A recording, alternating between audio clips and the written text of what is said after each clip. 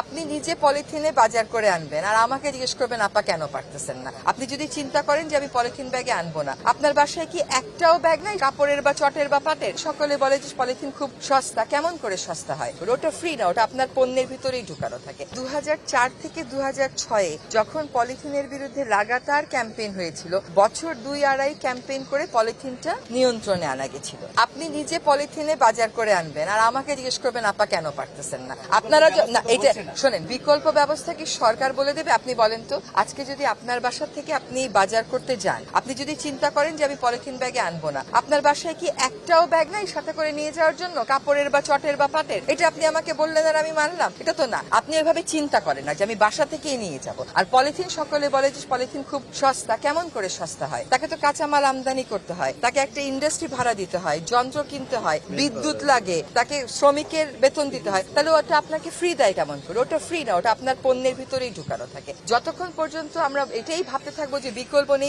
নেই, ততক্ষণ পর্যন্ত এই কথাগুলো কারা বলে শুনবেন। দেখবেন পলিথিন ব্যাগ যারা বানায় তারা বলে বিকল্পের চিন্তা তো তার না। তাকে বলা হয়েছে তুমি পলিথিন বন্ধ করো, সে পলিথিন বন্ধ করবে। বিকল্পের চিন্তা সরকার করবে, জনসাধারণ করবে। সে আগে থেকে বিকল্পের চিন্তা শুরু করে একটা কর্তব্য মনে করে ঘোষণা দিয়ে দেয় যে সে চালু রাখবে। এটা তো চালু রাখা যাবে না। আপনি এখানেই তো দেখলেন পানি তোলার সময় কি অবস্থা। তাহলে নদীগুলো পরিষ্কার করতে আমাদের কত টাকা লাগবে? এটা হচ্ছে কি পেনি ওয়াইজ পাউন্ড ফুলিশ বলে একটা কথা আছে, যে পয়সার হিসাব করতে করতে টাকার হিসাব ভুলে যায়। তো আমরা ওই পলিথিন শপিং ব্যাগ কিনে টাকা বাঁচাতে আসলে দেখা যায় পরে আমাদের হাজার কোটি টাকা দিয়ে নদী রক্ষা করতে হচ্ছে। এই ফেব্রুয়ারির মধ্যে আমরা ঢাকা শহরের 4টা নদীকে দূষণমুক্ত করার কাজ শুরু করব।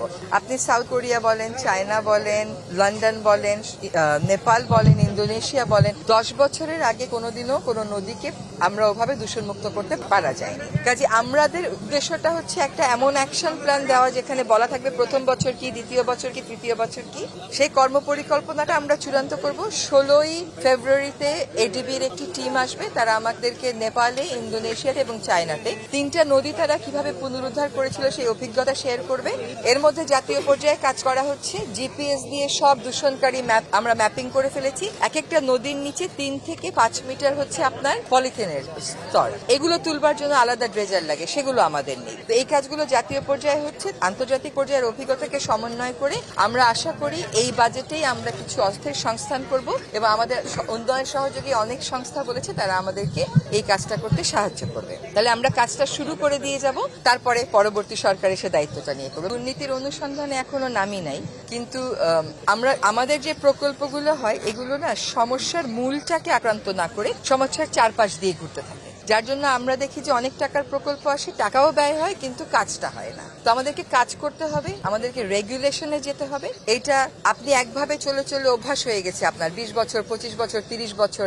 আপনি দেখেছেন যে আমরা হাজারিবাগ থেকে ট্যানারি সরিয়েছি, কত লম্বা আইনি প্রক্রিয়ার পরে এখন আবার সেখানে তারা দূষণ শুরু করেছে। এটা আমাদের একটা অভ্যাসে পরিণত হচ্ছে। অভ্যাস থেকে সরিয়ে আনতে আইন প্রয়োগের ব্যাপারে যে কঠোরতাটুকুন দেখানো দরকার সেটুকুন আমরা দেখাবো, কিন্তু একই সাথে তো প্রযুক্তিগত সমাধানও লাগবে, মনিটরিং এবিলিটিও বাড়াতে হবে। সেগুলো আমরা শুরু করে দিয়ে যাব কিন্তু শেষ করতে পারবো না।